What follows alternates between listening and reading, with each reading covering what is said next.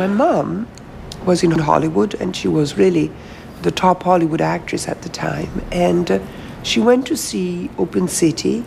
Or if you're a person like Rossellini, if you are, you try something experimental. You push further. It's not just experimental for experiment's sake, but you push the boundaries further. It was 1949. Ingrid Bergman had fame, fortune, and a picture-perfect family. Then she sent a 50-words letter to an Italian director she'd never met.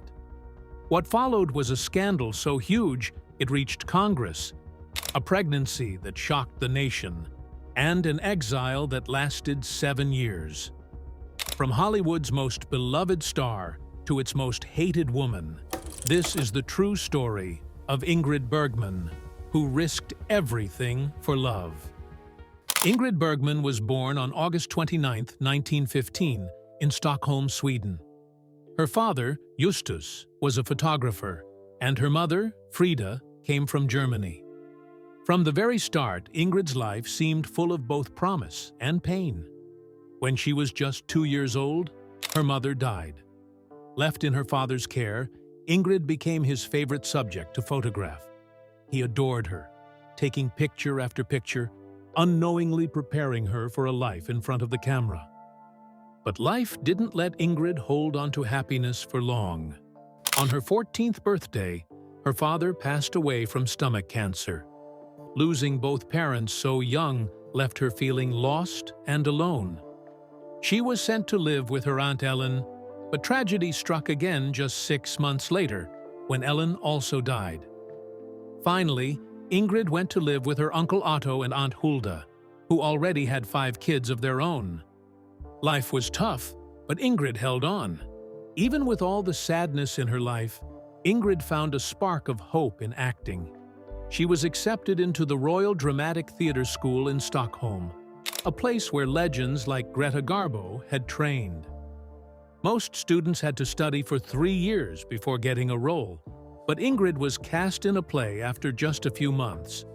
This wasn't normal, but it showed how special she was. People were already starting to notice her.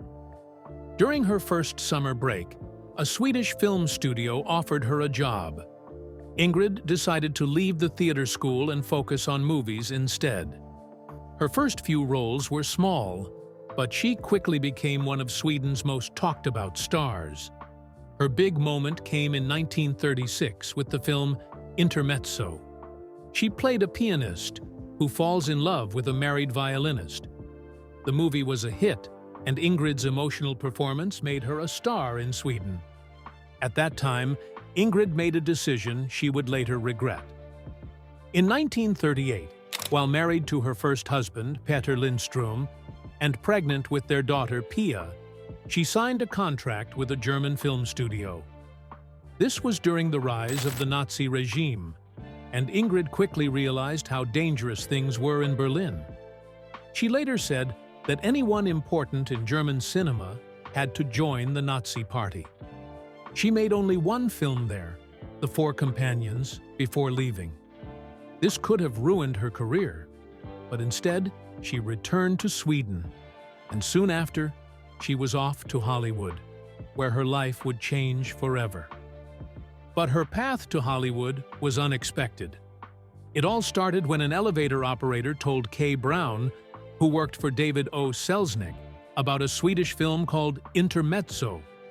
Brown watched the film and was amazed by Bergman's acting. She believed Ingrid was perfect for Hollywood, but convincing Selznick wasn't easy. He had many doubts. She didn't speak English, her eyebrows were thick, and her name sounded too German. Despite this, Brown didn't give up and flew to Sweden to meet her. When Brown first called, Ingrid was busy. She was giving birth to her daughter, Pia. Her husband casually told Brown, "She can't talk right now." So Brown visited Ingrid in person and found her calmly knitting while contract talks happened around her. Ingrid refused the usual long Hollywood contracts, but agreed to remake Intermezzo. At 23, she arrived in New York in 1939, ready to take on Hollywood. Starting out wasn't easy for Ingrid. Her English wasn't good, so she worked late into the night with a coach, practicing over and over. During filming, she kept messing up a simple line. She was supposed to say, "I'm so happy I could cry," but she kept saying, "I'm so happy I could greet." It took a lot of effort to fix her mistakes, but she was determined. Unlike other foreign actors, she insisted on dubbing her own voice for the English version of the film, even though it was difficult. Hollywood itself felt strange to her. She didn't understand the obsession with glamour. She wrote in her diary, "I don't want to be a star. I want to be an actress." When Hollywood told her to change her looks, pluck her eyebrows, fix her teeth, and wear heavy makeup, she refused. She told them, "I'm here to be an actress, not a puppet." Her natural beauty made her stand out. David Selznick told the makeup artists to leave her alone, knowing audiences would love her exactly as she was. Ingrid quickly became famous. After Intermezzo, she starred in 2 more films in 1941, Adam Had 4 Sons and Rage in Heaven. In Adam Had 4 Sons, she played a governess helping a family through hard times, and the movie was a big hit. In Rage in Heaven, she acted alongside Robert Montgomery, playing a woman caught between 2 men. Critics loved her performance, calling her acting powerful and real. These roles showed she wasn't just a pretty face. She was talented and full of emotion. Her success didn't stop with movies. In 1940, she performed on Broadway in Lilium with Burgess Meredith. Even though her English wasn't perfect, audiences loved her. Critics praised her natural charm and called her performance beautiful. By the end of 1941, Ingrid was earning $15,000 a week, 5 times what she made just 2 years earlier. Ingrid Bergman's rise to fame began with her unforgettable role in Casablanca, 1942. She played Ilse Lund, a woman torn between love and duty, alongside Humphrey Bogart. Their chemistry lit up the screen, making them one of Hollywood's most iconic couples. At first, the movie didn't get a lot of attention, but over time, it became a classic loved by millions. Even today, Casablanca is seen as one of the greatest films ever made. 2 years later, Ingrid took on an even more challenging role in Gaslight, 1944. She played Paula, a woman whose husband tries to make her believe she's losing her mind. This dark and emotional story showed just how talented Ingrid was. Her performance was so powerful that the term gaslighting, meaning psychological manipulation, became part of everyday language. What makes Ingrid's work in Gaslight even more impressive is that she filmed it just a few months after giving birth to her daughter. She poured herself into the role, working closely with the director to bring out Paula's fear and vulnerability. Her hard work paid off, and she won her first Oscar for the role. This was a huge moment in her career, proving she was one of Hollywood's best actresses.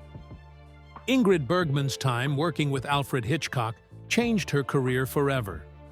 She starred in 2 of his most famous films, Spellbound, 1945, and Notorious, 1946.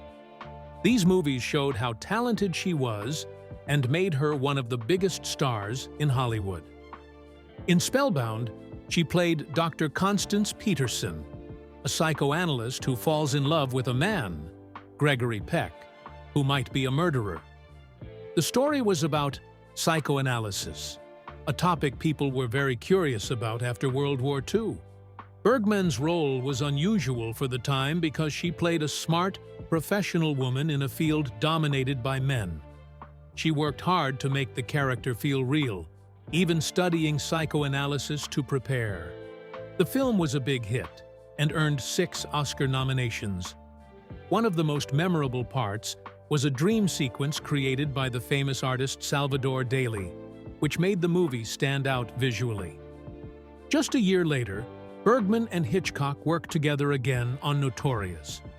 This time, she played Alicia Huberman, the daughter of a Nazi spy who is asked to help the government by infiltrating a group of Nazis in Brazil. Alicia's character was very different from Bergman's usual roles. She was troubled, with a complicated past and difficult choices to make. Bergman brought incredible emotion to the role, showing Alicia's struggle between love and duty. Her chemistry with Cary Grant, who played her handler, was unforgettable. Their long kiss in the movie became famous for cleverly avoiding censorship rules by breaking the kiss into short parts.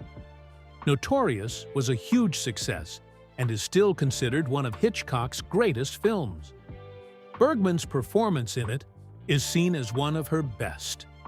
In 1948, Bergman took on another dream role, playing Joan of Arc in a film about the famous French saint.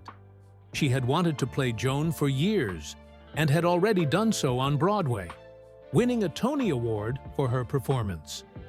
The movie, directed by Victor Fleming, was one of the most expensive films ever made at the time.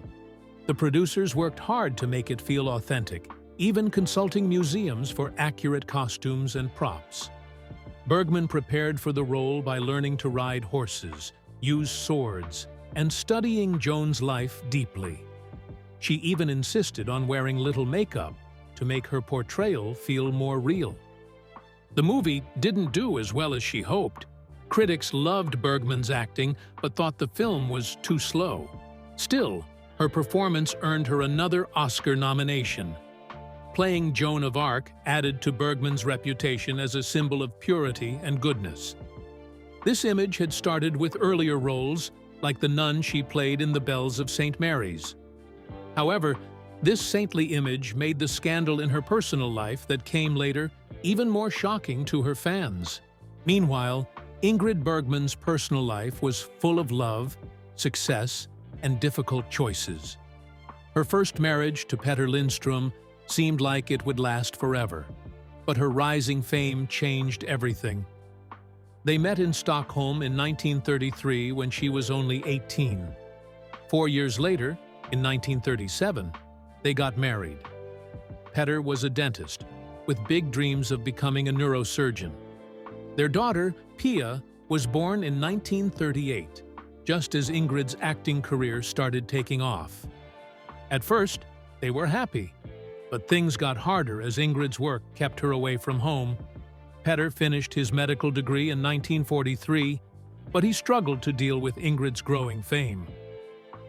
By the time she was filming Spellbound in 1945, their marriage was falling apart. Petter hated the Hollywood lifestyle and felt Ingrid was changing. She spent more time working and less time with her family, and the distance between them kept growing. In 1945, while still married, she met Robert Capa, a famous war photographer in Paris. She was on her way to entertain American soldiers, and they clicked immediately. Capa was charming, adventurous, and completely different from her structured life with Petter. They spent the summer together in Paris, and Ingrid was drawn to his exciting world. When Capa followed her to Hollywood, things became more complicated. He didn't like the glamorous, shallow side of Hollywood, and Ingrid felt torn between him and her life in the spotlight. Their romance ended after 2 intense years, but they stayed on good terms. Years later, their relationship inspired parts of Alfred Hitchcock's Rear Window. Sadly, Capa died in 1954 while covering a war in Vietnam. Ingrid never forgot him and always looked back on their time together with fondness. There were also rumors about Ingrid and 2 of her co-stars. During the filming of For Whom the Bell Tolls in 1943, people speculated she had an affair with Gary Cooper. Their on-screen chemistry was undeniable, and Cooper even said she was deeply in love with him. But when filming ended, so did their connection. Cooper was shocked when Ingrid cut him off completely. In 1945, while working on Spellbound, there were whispers about her and Gregory Peck. Peck was unhappy in his marriage, and he found comfort in Ingrid. Decades later, after her death, Peck admitted they had a romance. He called her a lovely Swedish rose and spoke warmly about their time together. Ingrid Bergman's life changed forever with a single letter she wrote on May 8, 1948. At 32, she was one of Hollywood's most beloved stars, known for her roles in Casablanca and The Bells of St. Mary's. She was married to a Swedish doctor, Petter Lindström, and had a young daughter, Pia. Her life seemed perfect, but she wanted something more. So, she wrote to Roberto Rossellini, a famous Italian filmmaker she had never met. The letter, just 50 words long, read, "Dear Mr. Rossellini, I saw your films Open City and Paisan, and enjoyed them very much. If you need a Swedish actress who speaks English very well, who has not forgotten her German, who is not very understandable in French, and who in Italian knows only ti amo, I am ready to come and make a film with you." What seemed like a light-hearted gesture turned out to be life-changing. Rossellini, who was married with children, thought the letter might be a joke, but soon he realized this was a real opportunity. He began planning a movie specifically for Ingrid. In July 1949, she traveled to Italy to work with him on Stromboli, a drama set on a remote volcanic island. No one could have guessed how this project would spark a romance that would shock the world. The filming was anything but glamorous. Bergman, used to Hollywood's comfort, found herself in a harsh environment with non-professional actors and challenging conditions. The island's barren landscapes and roaring volcano mirrored the growing passion between Ingrid and Rossellini. Their attraction turned into an affair, even though both were married. For Bergman, it was more than just a romance. She later said, "I felt free for the first time in my life." She followed her feelings, ignoring the consequences. The affair didn't stay secret for long. Tensions rose when Rossellini's wife, Marcella, visited the set. Meanwhile, Bergman's husband remained in the U.S., unaware of what was happening. By the end of filming, Bergman was pregnant with Rossellini's child. The news broke in February 1950 when Bergman gave birth to a son, Renato, in Rome. The timing was terrible. Her affair and pregnancy became a global scandal. In America, where she had been adored for her wholesome image, people felt betrayed. Stromboli, the movie that had brought her and Rossellini together, flopped at the box office. RKO Pictures lost an estimated $200,000 on the film. Hollywood turned its back on her. Her films were boycotted, and she was banned from popular shows like The Ed Sullivan Show. The backlash was harsh and widespread. People called her a horrible example of womanhood and a powerful influence for evil. Movie theaters in cities like Syracuse and Los Angeles banned her films. Religious groups, like the Birmingham Ministers Association, accused her movie Stromboli of promoting adultery. Fans who had once admired her sent hate-filled letters. One telegram called her a common adulteress, worse than a streetwalker, scolding her for bringing shame to her young daughter.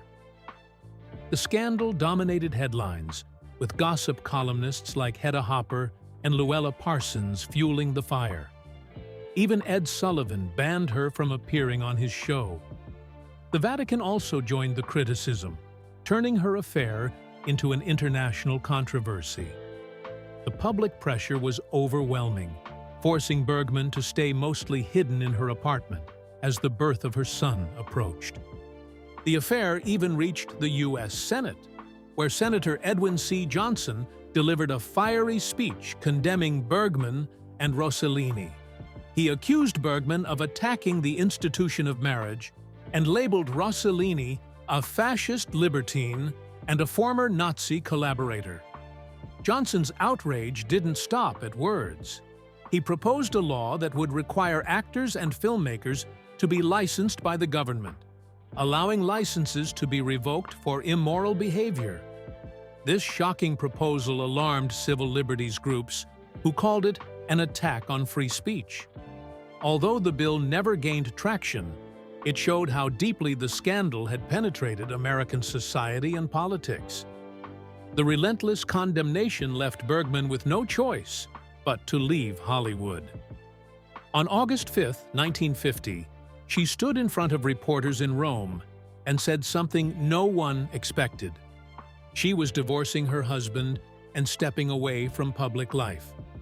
This decision changed everything for her, both personally and professionally. With no future in America, she left for Italy. There, she married Rossellini in a proxy wedding in Mexico because Italy's strict divorce laws wouldn't let them marry right away. Over the years, they had 3 children: Robertino, their son born in 1950, and twin daughters Isabella and Ingrid, born in 1952. Moving to Italy wasn't the fairy tale it might seem. Rossellini took control of her career and wouldn't let her work with other directors. She made several films with him, but they didn't do well. People didn't like the version of her that Rossellini tried to create. Even she admitted later that the world hated this phase of her career, and it caused tension in their marriage. The couple's silences grew longer, showing how far apart they had drifted. For 7 years, from 1950 to 1957, she lived in exile from Hollywood. During that time, she acted in Rossellini's films like Europa 51 and Viaggio in Italia. These movies are now considered important in film history, but back then, they failed to bring her any success. Hollywood still didn't want her back. One of the hardest parts of Bergman's European career was learning new languages. She already spoke Swedish, German, and English, but now she had to learn Italian and French too. In the beginning, it wasn't easy. She memorized her Italian lines for Stromboli without understanding them. Over time, though, she became fluent enough to give better, more natural performances. Later, she acted in French movies like Elena and Her Men, 1956, and even performed in French theater. At first, Bergman was criticized and shunned by Hollywood because of her personal life, but Europe gave her a second chance. She worked with daring directors and told bold, controversial stories that impressed critics and intellectuals. In 1952, she was invited to be a judge at the Cannes Film Festival, showing how much respect she had earned. Her role in Europa 51 was praised as one of her most powerful performances, and her stage work in plays like Joan of Arc at the Stake won her standing ovations across Europe. In 1956, Ingrid Bergman came back to Hollywood with the movie Anastasia. Just a few years earlier, her career seemed ruined because of her affair with Roberto Rossellini.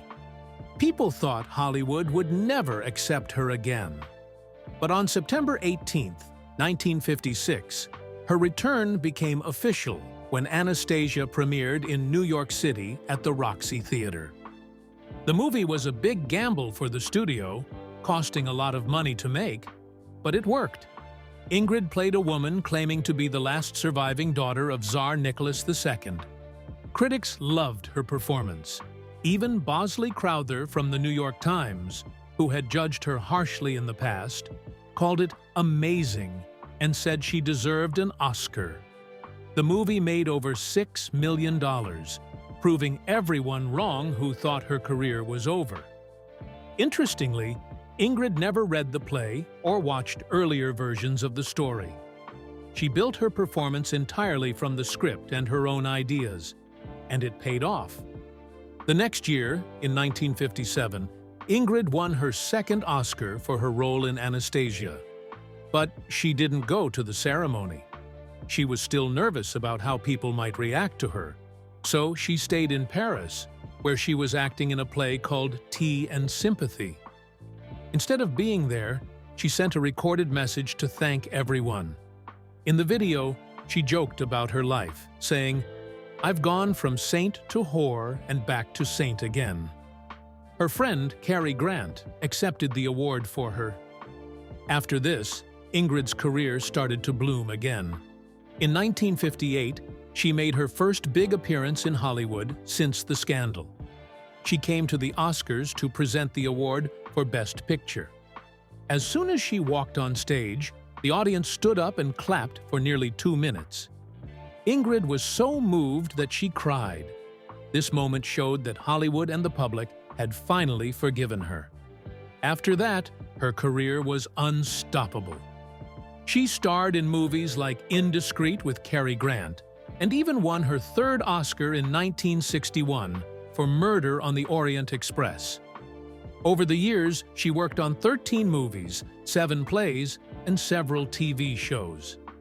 She could do everything: big Hollywood films, smaller European movies, and live theater. One of the biggest honors of her life came in 1970, when she won the Cecil B. DeMille Award at the Golden Globes. During her speech, she said she felt lucky to have been given so much in life. Her marriage to Roberto Rossellini, which began with so much passion, ended in heartbreak in 1957.